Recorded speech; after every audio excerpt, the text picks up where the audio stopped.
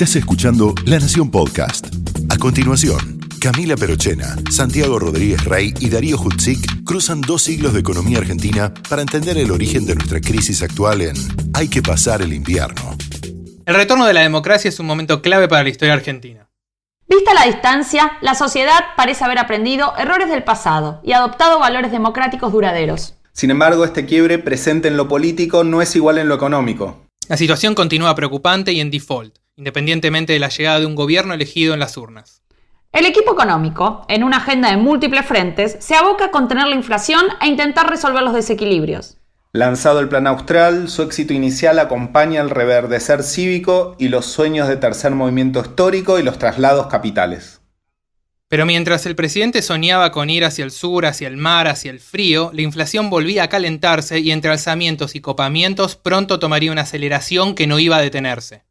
En este episodio de Hay que pasar el invierno, vamos de primavera democrática al Plan Primavera, de la Ley Mucci a los 13 paros generales de Ubaldini, de Parque Norte a La Rioja.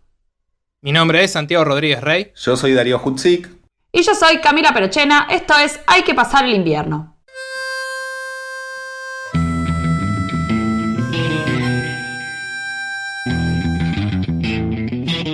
En primer lugar, anuncio que el Estado argentino suspenderá el pago de la deuda externa.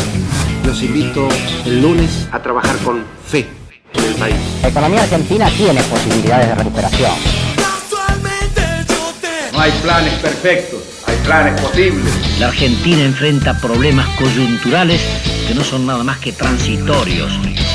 Esta baja notable en las exportaciones nos crea problemas de capacidad de pago. Hemos decidido recalibrar nuestras metas de inflación. Nosotros vamos a cumplir con nuestra política monetaria y nuestra política fiscal. El valor de nuestra moneda está, sin duda, perfectamente asegurado. El que depositó dólares, recibirá dólares. El que depositó pesos, recibirá pesos. La verdad que los argentinos tienen una paciencia enorme. La economía en principio está especificada porque nuestra moneda es el peso. Recibirá pesos. Por último, un mensaje de optimismo. Hay que pasar el invierno.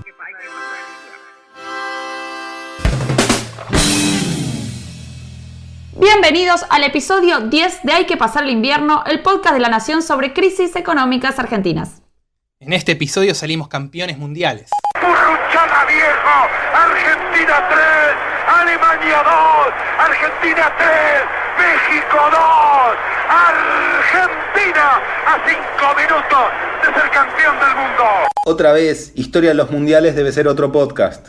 Campeones de inflación. Creo que se refiere a ser campeones del mundo de inflación. Ahí vamos. En este episodio vamos a ver la entrada a la crisis de 1989.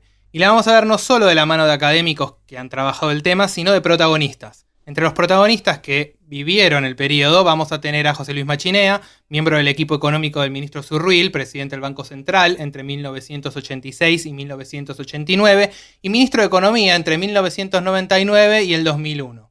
También vamos a tener a Jesús Rodríguez, que fue ministro de Economía en los últimos meses del gobierno de Alfonsín en 1989. Pero son años complejos y a la manera del contemporáneo Use Your Illusion de los Guns N' Roses, este episodio de la historia va a estar dividido en 2. En este vienen November Rain y el Plan Austral, y en el próximo You Could Be Mine y Domingo Cavallo nos explica la convertibilidad. En este episodio entonces vamos a ver los diferentes intentos que hubo a lo largo de los 80 de salir de la crisis heredada del periodo anterior. Y cómo esos intentos, que por unos meses lograron cierto éxito, derivaron en 1989 en el primer proceso hiperinflacionario de la historia. Dada esta sucesión de intentos frustrados de salir de la crisis, muchos han llamado a la década como la década perdida. Incluso nosotros en el episodio pasado nos anticipamos. Pero el economista José María Fanelli, que hizo un cambio en el episodio anterior, hace una aclaración al respecto. La década perdida es una década perdida desde el punto de vista económico, sin ninguna duda.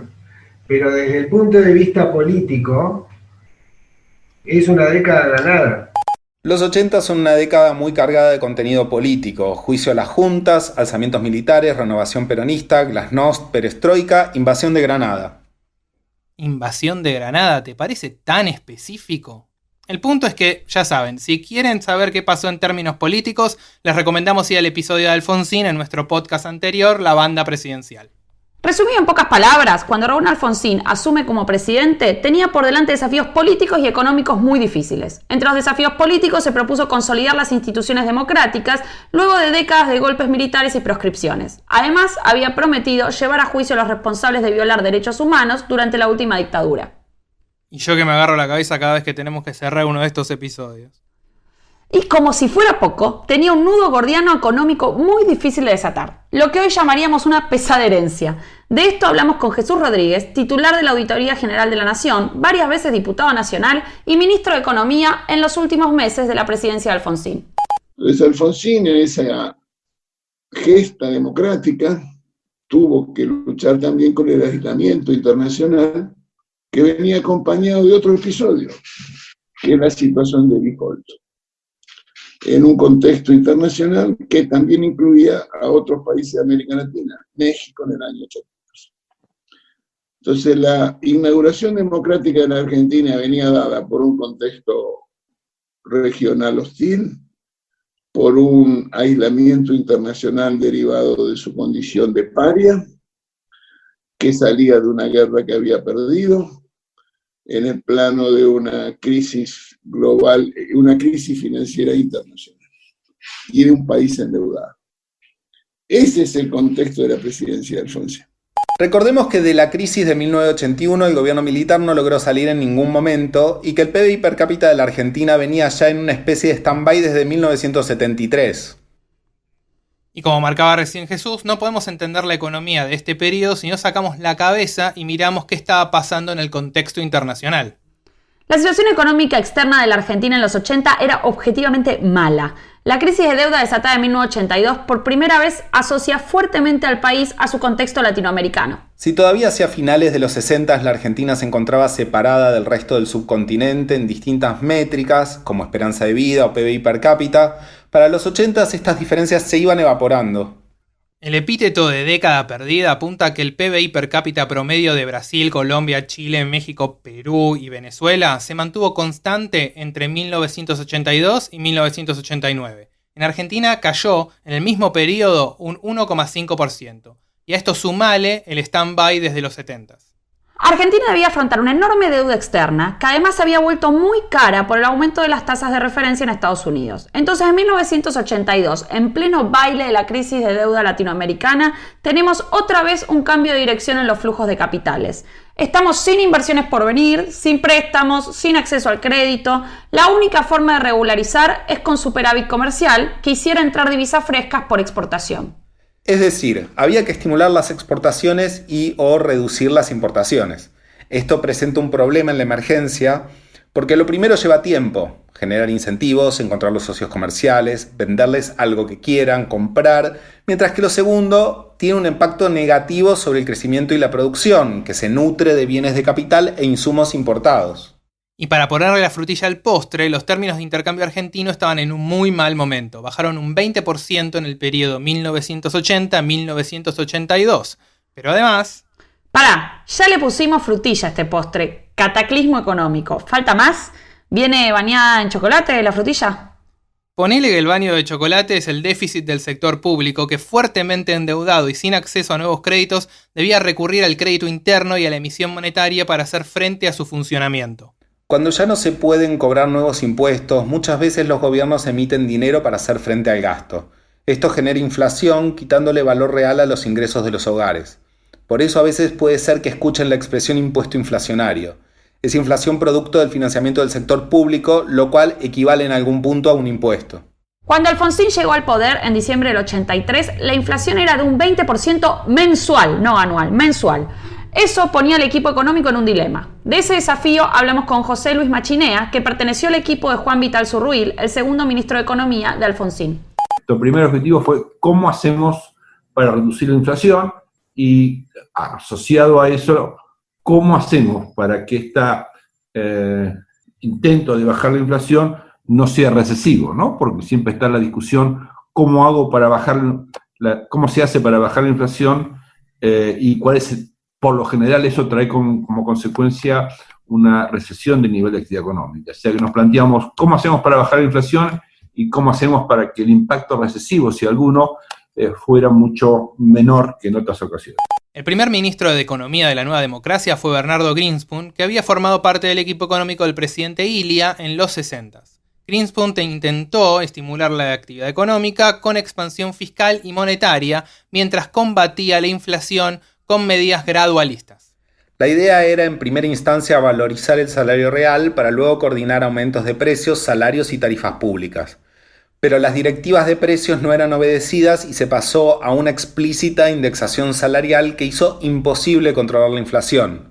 Por indexación lo que queremos decir es que si por norma todos los salarios aumentan un porcentaje X todos los meses, de manera ya preestablecida, esto alimenta fuerte la dinámica de crecimiento de los precios. La tasa de inflación anual, que venía siendo de 3 dígitos desde 1975, en 1984 fue de más del 600%. Por las dificultades para estabilizar la economía, a principios de 1985 hubo un cambio en el equipo económico y entra Juan Vital Zurruil como ministro. No, llegamos con Juan Zurruil, éramos 3 básicamente, Adolfo Canitró, Ricardo Carcioffi y yo, y así que, bueno, eso fue en diciembre del 83. Estuvimos ahí en la Secretaría de Planificación, hicimos un plan, y en febrero del 85 el presidente lo nombra a Juan ministro de Economía, en reemplazo de Greenspan, que había sido el ministro de Economía previo, y bueno, ahí nos vamos al Ministerio de Economía en febrero. Llega entonces Zurruil con una mirada estructuralista y más bien heterodoxa de la macroeconomía. El plan que implementaron para controlar la inflación era... Shh, no digas el nombre, es secreto. Pero pasaron 35 años, Jorge Suspenso, todos saben cómo se llama. El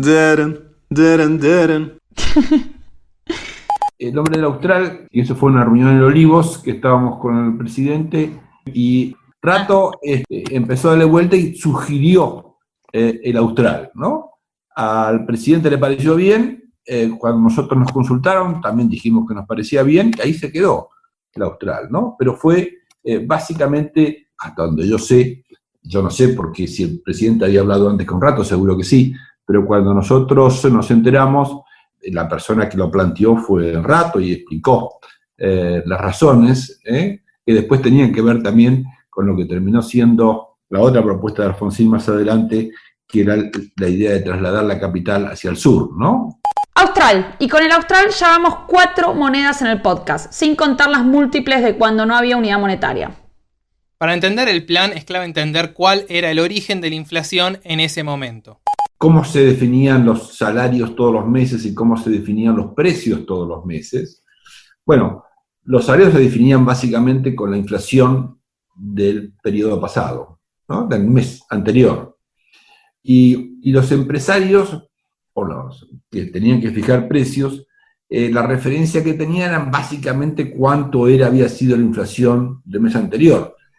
Ese no era la única variable relevante, pero era la más relevante. A eso uno podía agregarle, bueno, si de repente hay mucha incertidumbre, si de repente el tipo de cambio aumenta mucho, puede ser que esa regla no sea perfecta, pero hay cierta inercia. O sea, la inflación de este mes tiene mucho que ver con la inflación del mes pasado, ¿no? Entonces lo que se trataba era de cómo hacer frente a esa inercia. No alcanzaba con que uno redujera la cantidad de dinero, redujera el déficit fiscal, etcétera, etcétera, porque, como digo, la fijación de precios era básicamente un resultado de la inflación del mes anterior. Entonces, si uno quería bajar la inflación de 30 a 2 o a 3% mensual, ¿cómo se hacía, no? Y entonces había que romper de alguna manera esa inercia. Y esa me parece que fue una de las principales características del plan Austral, el intento de romper esa inercia.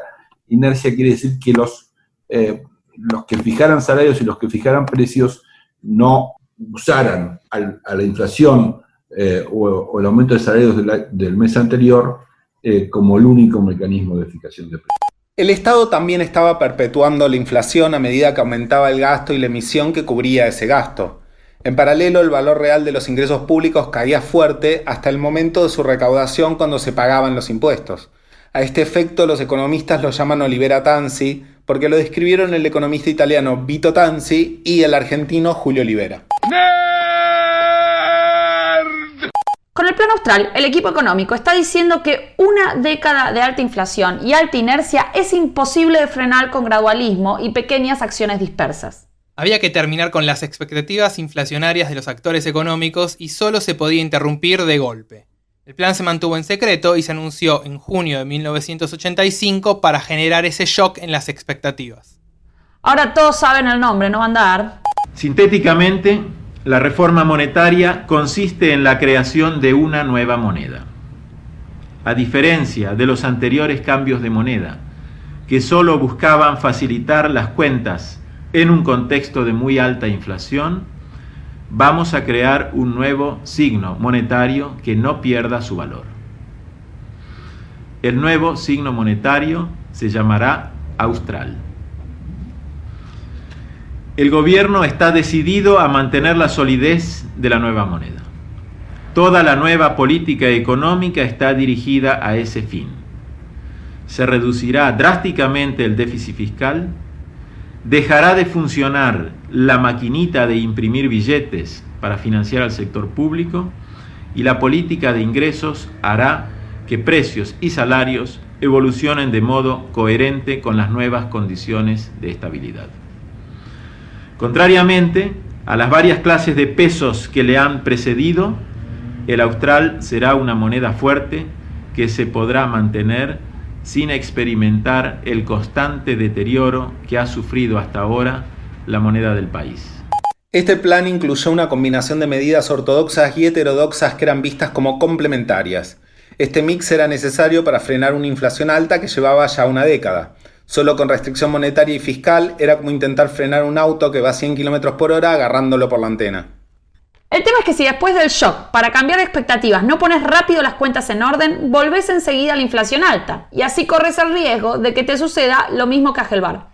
¿Que se te muera Perón? No, meter un freno a la inercia inflacionaria con la parte de congelamiento de precios y que el efecto dure lo que un suspiro por no emprolijar las cuentas públicas y controlar la emisión. Entre las medidas ortodoxas estaba el compromiso de no emitir moneda para financiar el déficit fiscal. Se le impuso un límite de 2,5% del PBI. Entre las medidas heterodoxas se encontraba el cambio de moneda. Además, para evitar cuantiosas ganancias extraordinarias y quebrantos por el freno brusco de la inflación, se adoptó un mecanismo de desagio para ir anulando las previsiones inflacionarias de los contratos en pesos. Por último, se aplicó un control de precios. No, en la baja abrupta de la inflación, quizá lo más relevante fue la parte de heterodoxia, pero automáticamente la gente se hubiese dado cuenta que eso no tenía sustento, ¿no? Si nosotros al mismo tiempo no reducíamos fuertemente el déficit fiscal y decíamos que el Banco Central iba a dejar de financiar el Tesoro, iba a ser muy difícil que nos creyeran, ¿no? Entonces diría que ambas políticas eran necesarias al mismo tiempo. O sea, hemos tenido programas antiinflacionarios en Argentina que solamente se ocupan de las variables más ortodoxas y no intentan hacer algo para disminuir la inercia, y la consecuencia es una gran recesión. Y ha habido, por otro lado, intentos de tomar medidas heterodoxas, pero sin ajustar el déficit fiscal y sin ajustar la política monetaria, y la consecuencia es que la inflación al poco tiempo comienza a levantar vuelo, ¿no? El efecto inicial fue una rotunda estabilización. En julio de 1985 los precios mayoristas bajaron en términos nominales, algo que no sucedía desde 1973. El éxito inicial del Plan Austral le dio un espaldarazo al oficialismo en las elecciones de 1985. Después de lanzar el Plan Austral, estamos esperando los resultados del índice de precios que daba el primer mes, y de repente yo, que estaba más en contacto con el INDEC, aparecí en el despacho de Zurril, estaba Juan Carlos Torre, que también estaba ahí, y le dije: Juan, la inflación bajó a 2,5%, algo así. Entonces, gran emoción, me acuerdo que Juan Carlos siempre lo cuenta eso, en ese momento. Y sí, bajó, con ese congelamiento hubo O sea, nosotros no teníamos capacidad de controlar los precios, ¿no? Dijimos congelamiento de precios, pero la capacidad de congelar los precios nuestra era cero. Y por otra parte, todo el esquema de control de precios que había previamente había sido desmantelado por el gobierno militar. Así que lo nuestro fue básicamente un golpe a las expectativas. Y una de las características de ese golpe a las expectativas fue que la gente, de alguna manera, nos ayudó a controlar el precio. La gente iba por los negocios y cuando veía que había un aumento de precios, protestaba. El impacto del Plan Austral continuó en 1986. El PBI creció más del 7% y se reactivó la industria. Pero había algunas tensiones que iban a dificultar la continuidad del proyecto. Los primeros aumentos de precios se vieron en los productos agropecuarios donde no se habían fijado precios máximos. Además, el pago de los intereses de la deuda presionaban la balanza de pagos y el compromiso de no emitir moneda para financiar el déficit demandaba un ajuste muy alto del presupuesto. El Ministerio de Economía no tenía la autoridad suficiente para lograr el recorte de gastos en algunas áreas y con algunos sectores del propio gobierno no acompañando, se puso difícil la cosa. Yo diría, el radicalismo dijo, bueno, qué suerte esto, pero rápidamente dijo, bueno, basta ahora de programas antiinflacionarios, lo que tenemos que hacer es aumentar la producción, ¿no? Tenemos que crecer. Y claro, empezaron a tomar medidas en lugares que nosotros no gobernábamos, no controlábamos, como el Banco Central, que empezó a dar redescuentos para hacer viviendas a través del banco hipotecario, o a través de YPF, que puso en marcha un programa de exploración, ¿no? Y todas eran medidas que intentaban, la manera de pensarlo de las personas que manejaban empresas públicas o el Banco Central, era cómo hacer para reactivar la economía, teniendo en cuenta que lo que habíamos puesto en marcha ellos entendían era simplemente un programa antiinflacionario. Bueno, la verdad es que una de las características del Plan Austral es que el nivel de actividad económica en el tercer trimestre, y sobre todo en el cuarto trimestre, comenzó a repuntar de una manera extraordinaria, ¿no? Que en el cuarto trimestre ya crecía a un ritmo anual de 14%, había caído muy fuerte y estaba creciendo muy fuerte.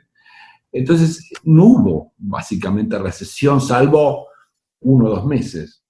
Pero como muchos siguieron pensando dentro del radicalismo de que esto es un programa de estabilización y tenemos que crecer, empezaron a tomar medidas que después no iban a ser muy funcionales al mantenimiento de la estabilidad.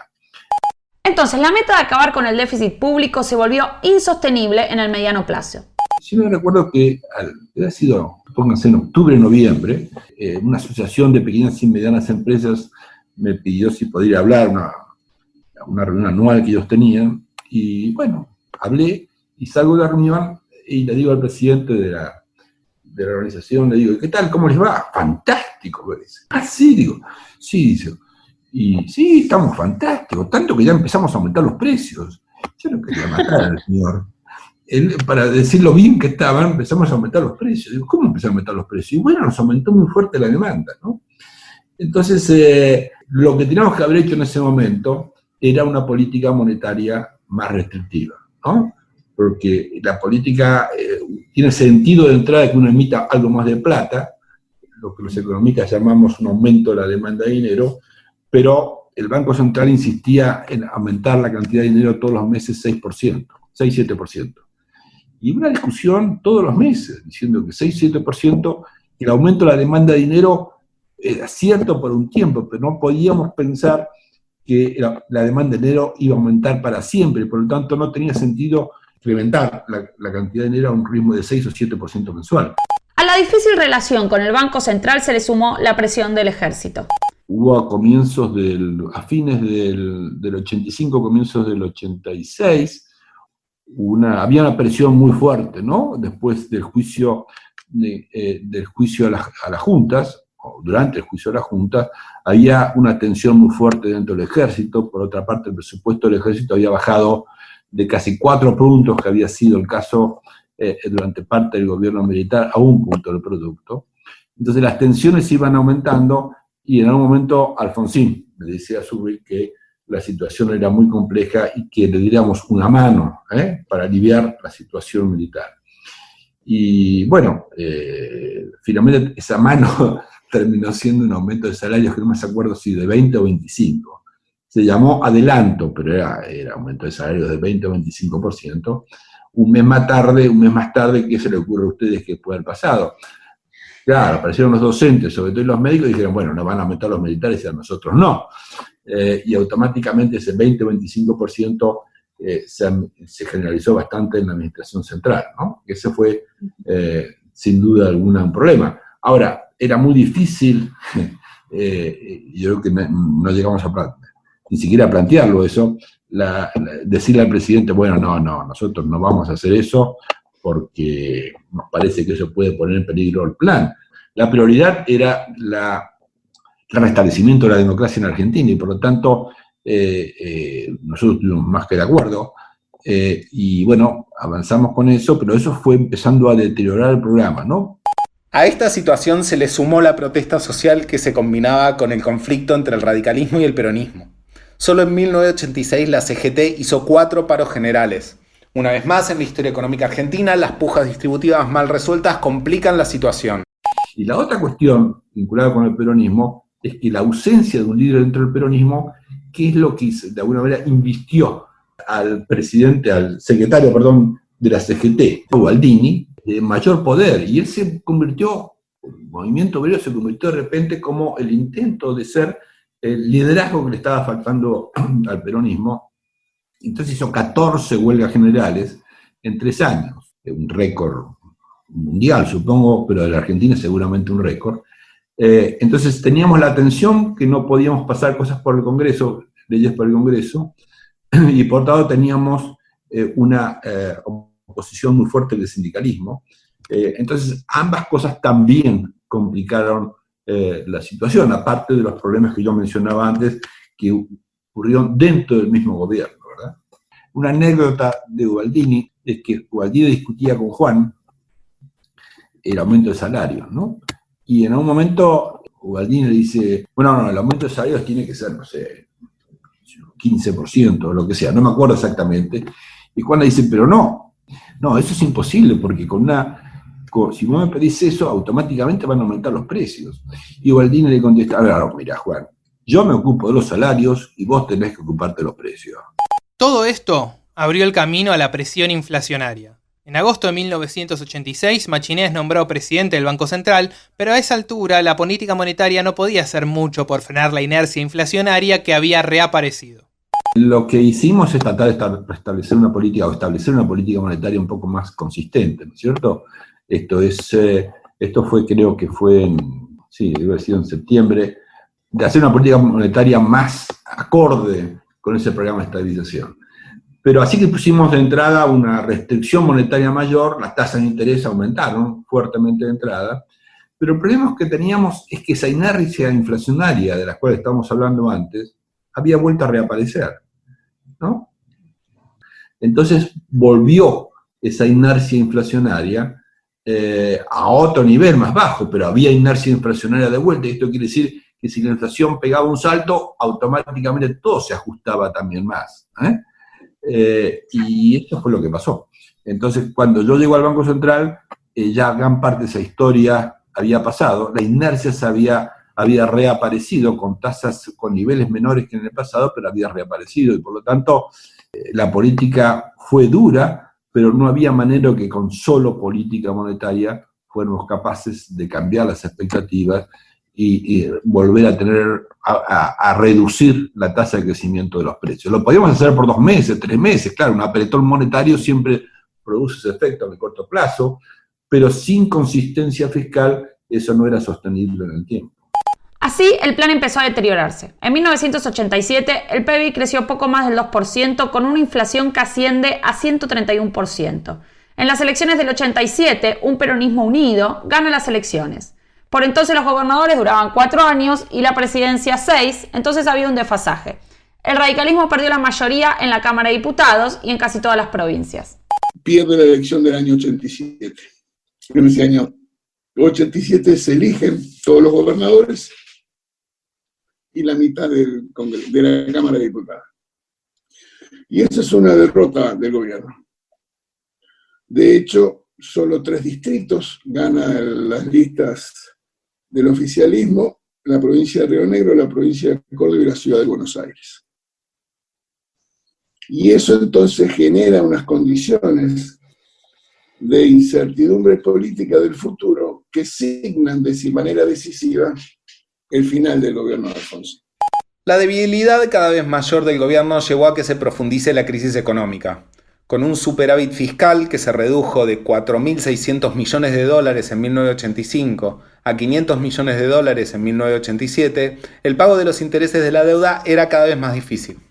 Toda la gama de subsidios y participaciones del Estado en la producción no ayudaba a equilibrar las cuentas. En su conjunto alcanzaba casi el 7% del PBI, y si sumamos que el déficit de las empresas públicas era del 3%, entre ambos representan 10% del PBI del gasto. No entendí, pero tiene olor a privatización. Algo de eso hay, pero cualquier intento, ya sea Telefónicas o Aerolíneas y SAS, va a ser fuertemente rechazado por el peronismo, que ahora ya no solo dominaba la Cámara Alta. Se va a ir asentando el argumento que ese déficit del 7% del PBI se debe a la alta participación estatal en la economía.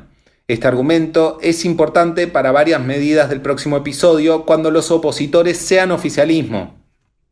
La situación de falta de financiamiento de principios de la década no había cambiado. La crisis financiera latinoamericana tampoco. Y los términos de intercambio eran los más bajos en décadas, con lo cual la capacidad de financiamiento del Estado era muy baja.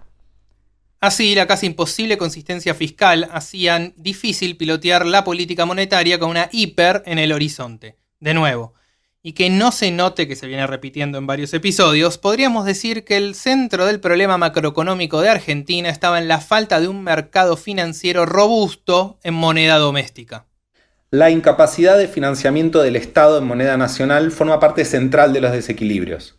Pero esto no fue siempre así. Nos lo explicó Laura D'Amato, gerente principal de investigaciones económicas del Banco Central de la República Argentina y profesora de la UBA, quien nos va a estar ayudando en los próximos episodios. El Banco Central en los años 30, en su creación, había fomentado bastante el desarrollo de los mercados financieros y los mercados de deuda, también como una forma de darle al Banco Central más capacidad de maniobra, y de hecho Argentina tenía un grado de intermediación financiera y de ahorro de largo plazo bastante significativo. Si uno compara, por ejemplo, el coeficiente de monetización medido, digamos, por el M3, que llega a abarcar hasta los depósitos a plazo fijo, entre inicios de siglo y los 30 y pico, o a mediados de los 40, esto ronda en el 40% del PIB.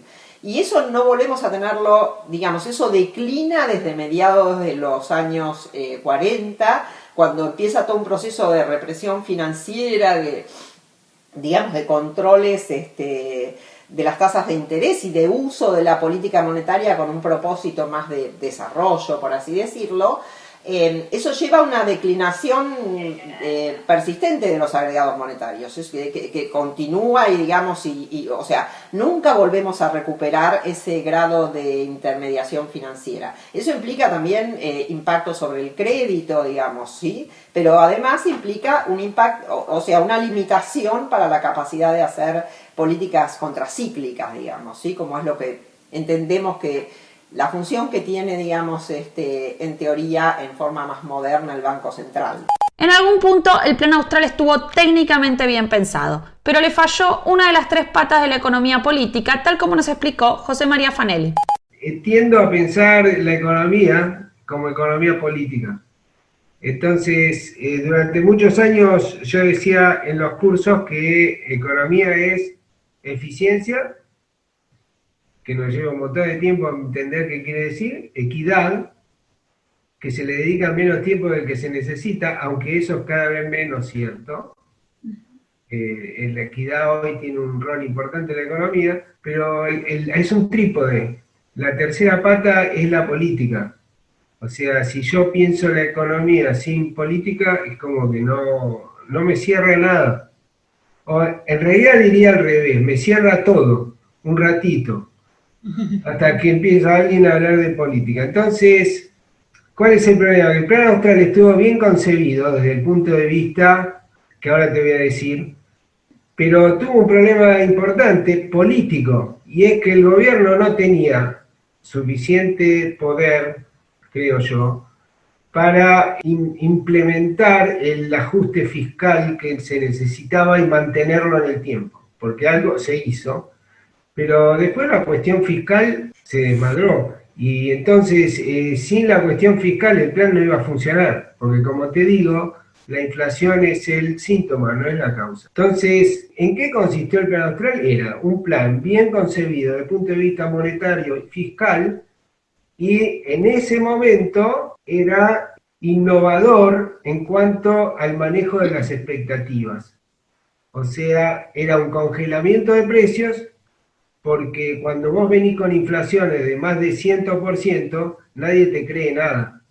Entonces, el plan, para mí, tal como lo interpreto, era trabajar sobre las expectativas con un congelamiento de precios, que era la parte heterodoxa del plan, y después tenía un manejo monetario, un manejo fiscal, que tenían que ser consistentes con eso. Y el manejo fiscal no lo fue, entonces no funcionó.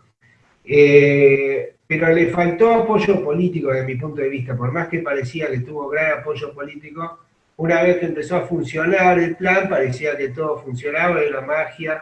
En un nuevo intento por anclar expectativas de inflación y evitar la aceleración, se presentó en 1988 un nuevo plan que el periodismo dio en llamar Plan Primavera, de corte más ortodoxo. Zurbuil y equipo empezaron a pensar que era hora de cortar de cuajo la fuente de desequilibrio y buscar sanear las cuentas públicas. Cuando se anuncia el Plan Primavera, hay ahí en el gobierno un intento también de empezar a mirar el tema de producir una reforma más estructural del sector público. Y se empieza a hablar de la posibilidad de hacer alguna forma de privatización, ¿sí? ¿Se acuerdan? Había algunas propuestas Terraño y demás. Había como un intento de producir un cambio más estructural, más sustantivo. Pero después eso, evidentemente, lo que me parece que es importante acá entender también es el rol de las expectativas, ¿sí? Porque en un mundo de alta inflación, una de las cuestiones centrales es que lo que pasa con la dinámica de la demanda de dinero y consiguientemente con la inflación está muy adaptado a qué pasa con las expectativas inflacionarias y a la capacidad que tiene la política de anclar esas expectativas. En la medida en que no logras eso, la dinámica se torna muy compleja porque si hay incertidumbre, la gente lo que hace es tratar de acomodar su portafolio a esa percepción y entonces la capacidad de recaudar impuesto inflacionario es menor y entonces esto lleva a una dinámica que se torna cada vez más complicada, digamos, ¿sí? Sin embargo, el nuevo plan no permitió corregir el déficit fiscal ni llevar a cabo una reforma del Estado. Para julio de 1988 la situación se le complicó más al oficialismo, cuando Menem le ganó las elecciones internas a Cafiero y se convirtió en el candidato a presidente del PJ para 1989. Cafiero, que era nuestra persona con la cual dialogamos, perdió la interna con Menem. Y que Menem llegó y dijo, bueno, señores, nosotros no nos vamos a pagar la deuda en estas condiciones, vamos a aumentar 100% los salarios y vamos a reducir los impuestos fuertemente. En ese contexto las expectativas son, bueno, empecemos a correr, ¿no? Y eso complicó una situación, un gobierno que ya venía muy débil. Para fines de 1988 se acentuaba el déficit fiscal y el déficit de la balanza de pagos. La campaña electoral hacía la situación todavía más inestable. A fines de marzo del 89, Zurbuil fue reemplazado por Juan Carlos Pugliese, quien ya había sido ministro del presidente Ilia. La frase más conocida de Pugliese fue: les hablé con el corazón y me contestaron con el bolsillo. Pero bueno, me salió parecido a Perón, pero es lo que hay. Señoras y señores, hemos ocupado muchas horas de estos últimos días para analizar todas las alternativas viables capaces de conjurar la crisis que nos envuelve. Hemos escuchado las opiniones que con espíritu constructivo y colaborador se nos acercaron. Hubo medidas que nos solicitaron importantes sectores de la opinión pública que consideramos que en el estado actual de las finanzas públicas no podíamos tomar. Nos decidimos entonces por la simplicidad, por el camino que no compromete $1 de nuestras reservas y que, asegurando el precio justo del mercado para nuestros exportadores agropecuarios e industriales, nos permite confiar en que se regularizará el mercado de cambios. Toda medida de gobierno puede ser criticada y es criticable. No es la mejor actitud frente a una grave situación como la que enfrentamos comenzar con una crítica dura, sectorial, parcial, antes de analizar lo que se propone. Estamos seguros que tanto los empresarios como los trabajadores y el pueblo en general comprenderán que nadie tiene la varita mágica de promover milagros y nadie puede, sin mentir, ofrecer la solución simultánea de todos los reclamos legítimos sectoriales. Buenas noches. Dado el deterioro de la economía y las expectativas de inflación para abril, que terminaría siendo de un 35% mensual, el presidente decide adelantar las elecciones previstas para octubre al 14 de mayo. En este contexto de aceleración de la inflación se dieron las elecciones presidenciales de 1989, en las que salió electo Carlos Saúl Menem. A partir del 14 de mayo, domingo, inmediatamente después, al día siguiente, conscientes todos de que la incertidumbre era la peor de las compañías para esa transición, se iniciaron conversaciones con el partido que ganó la elección para anticipar la asunción que debía producirse el 10 de diciembre. Y a lo largo de esa semana se avanzó mucho. Soy testigo, de hecho, de esas conversaciones, entre otras cosas, porque se llevaban adelante en mi oficina de la Comisión de Presupuesto del Congreso que yo presidía. Entonces se avanzó mucho en términos de cómo podía anticiparse, a pesar de que no hubieran asumido los nuevos legisladores, con un presidente que hoy ha sido elegido. Y entonces se encontró ese mecanismo por el cual se funcionaba suponiendo los resultados de la elección y suponiendo el funcionamiento de una Cámara antes del 10 de diciembre como si fuera la del 10 de diciembre en términos de las representaciones de las distintas fuerzas. Ahí va todo bien hasta que el día sábado 20 de mayo, un diputado ya fallecido dice que está todo bien pero faltaba un dato. Preguntado qué era lo que estaba faltando, falta el indulto o la amnistía. Razón por la cual a País Nomás quedó claro que esa vocación no podía ser aceptada, le notificamos que no había un margen para ello y se suspendieron las conversaciones.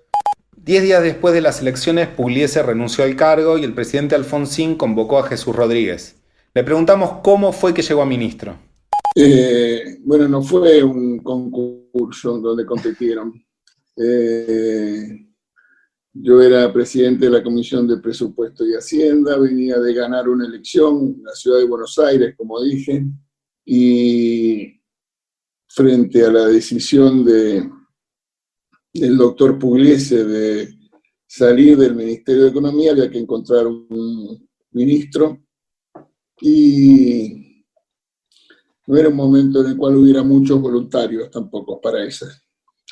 Y entonces el presidente Alfonsín me llamó para pedirme que lo acompañara y como siempre concebí la política no como una carrera individual o un desafío personal, sino como un emprendimiento colectivo, no dudé un minuto y no hice cálculos de conveniencia o de intereses personales.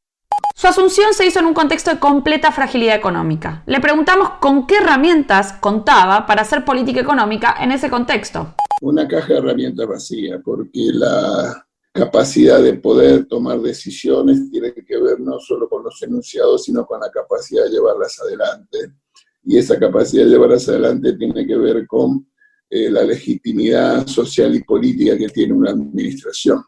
Y de esa administración del presidente Alfonsín venía de perder una elección y ya había un presidente elegido. Así que el objetivo básico, esencial, primario y decisivo era generar las condiciones para que el presidente elegido pudiera asumir. En ese momento, la inflación minorista había alcanzado una tasa de 115% mensual y la hiper ya era un hecho. Pronto, las reservas del Banco Central se agotaron, llevando a una estampida del dólar que dio lugar al estallido de la hiperinflación. Pero, ¿de qué hablamos cuando hablamos de hiperinflación? Nos lo explicó Miguel Kigel, economista y profesor de la Universidad Torcuato Di Tella, quien nos va a estar acompañando en los próximos episodios. ¿Qué es una hiperinflación? Técnicamente son 3 meses consecutivos de aumentos del 50% por mes. ¿Ok? 3 meses, 50%, 3 meses seguidos.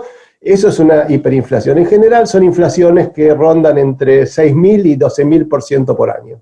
En América Latina no hubo tantas hiperinflaciones, pero hubo varias. Las recientes, por ejemplo, hubo en Bolivia, en el año 82-83, fue la primera hiperinflación, yo diría, de América Latina, y esa estuvo relacionada también con un gran déficit fiscal financiado con dinero, que se dio como resultado de una fuerte caída en los términos de intercambio de los países, o sea, un shock externo muy fuerte, y eso generó déficit fiscal enorme, financiado con dinero y nuevamente hiperinflación. Finalmente, luego de algunas idas y venidas, se decidió que el traspaso de mando se haría el 8 de julio de 1989. A fines de junio, Menem ya iba presentando su gabinete. Realmente el doctor Menem me ha sorprendido con esta convocatoria. No solo usted, no tengo duda. Pero evidentemente yo creo que el doctor Menem ha dado una imagen que corresponde a una realidad, y es que es el presidente de todos los argentinos. Y creo que lo dije antes, todos los argentinos convocados por alguien que está demostrando que es el presidente de todos los argentinos, no podemos negar el esfuerzo dentro de los límites de nuestra capacidad. El peronismo tiene una semana de ministro designado, ingeniero. Es que precisamente yo creo que están desapareciendo antinomias que durante mucho tiempo marcaron la vida de los argentinos, inclusive de cuando yo era joven, lo confieso. Y me parece que es muy importante que de una vez por todas nos sintamos unidos en una tarea común, porque nuestro país precisa de una vez por todas despegar, y para despegar vamos a tener que dejar todos aquellos mitos antiguos en los cuales hasta yo mismo quedé sumergido. Que esto lo ha conseguido el presidente electo. Y a mí me parece muy importante que esto suceda. A mí me parece además algo muy importante haber escuchado ahora al licenciado Gordón y saber que vamos a trabajar juntos y sentir, pese a que hemos hablado 2 minutos, que lo vamos a hacer y que tenemos a alguien que nos va a conducir y que nos va a vigilar, que es el presidente electo. A mí me parece que es algo realmente nuevo que nos compromete de una manera muy especial con él y sobre todo con el país. Pero Gordón no fue ministro. Tiempos confusos que vamos a ir aclarando en el próximo episodio. Antes de irnos, y como van a escuchar en todos los episodios, le preguntamos a nuestros invitados en qué momento se jodió la Argentina, y Jesús Rodríguez nos dijo esto. En mediados de los años 70, cuando las élites políticas decidieron resolver el conflicto a través de la violencia y hicieron inviable una sociedad democrática. Y José María Fanelli nos dijo esto. A mí Vargas Llosa es uno de los escritores que más me gusta. Pero esa pregunta no me gusta. Porque, primero, que yo no creo que la Argentina esté jodida. O sea, creo que Argentina tiene un problema y una cantidad enorme de virtudes. Pero el problema que tiene es tan importante que las virtudes quedan fuera de foco. No te voy a decir que pienso que la Argentina se jodió. Si me torturan, no te lo voy a decir. Entonces, yo te voy a contestar la pregunta. Yo te voy a decir, para mí la Argentina no está jodida. Pero sí nos tenemos que dejar de joder con el presupuesto público y la estabilidad institucional. Les agradecemos por su participación en este episodio a José Luis Machinea, Jesús Rodríguez, Laura D'Amato, Miguel Kigel y José María Fanelli. Y como siempre les recomendamos alguna lectura. En esta ocasión, Las crisis económicas argentinas, una historia de ajustes y desajustes, de Miguel Kigel. Los invitamos a que se suscriban al podcast para que nos acompañen en este recorrido por la historia argentina a través de sus crisis. Nos pueden escuchar en La Nación, Spotify, iTunes o el agregador de podcast que prefieran. En el próximo episodio de Hay que pasar el invierno, Bunge pone no 1 sino 2 ministros, La Rioja pone el tercero, el cuarto es de Córdoba y ya dentro del gabinete es el que despide al Austral y le da un rebranding a la economía de la mano del peso. Mi nombre es Santiago Rodríguez Rey. Yo soy Darío Hutzik. Y yo soy Camila Perochena. Chau.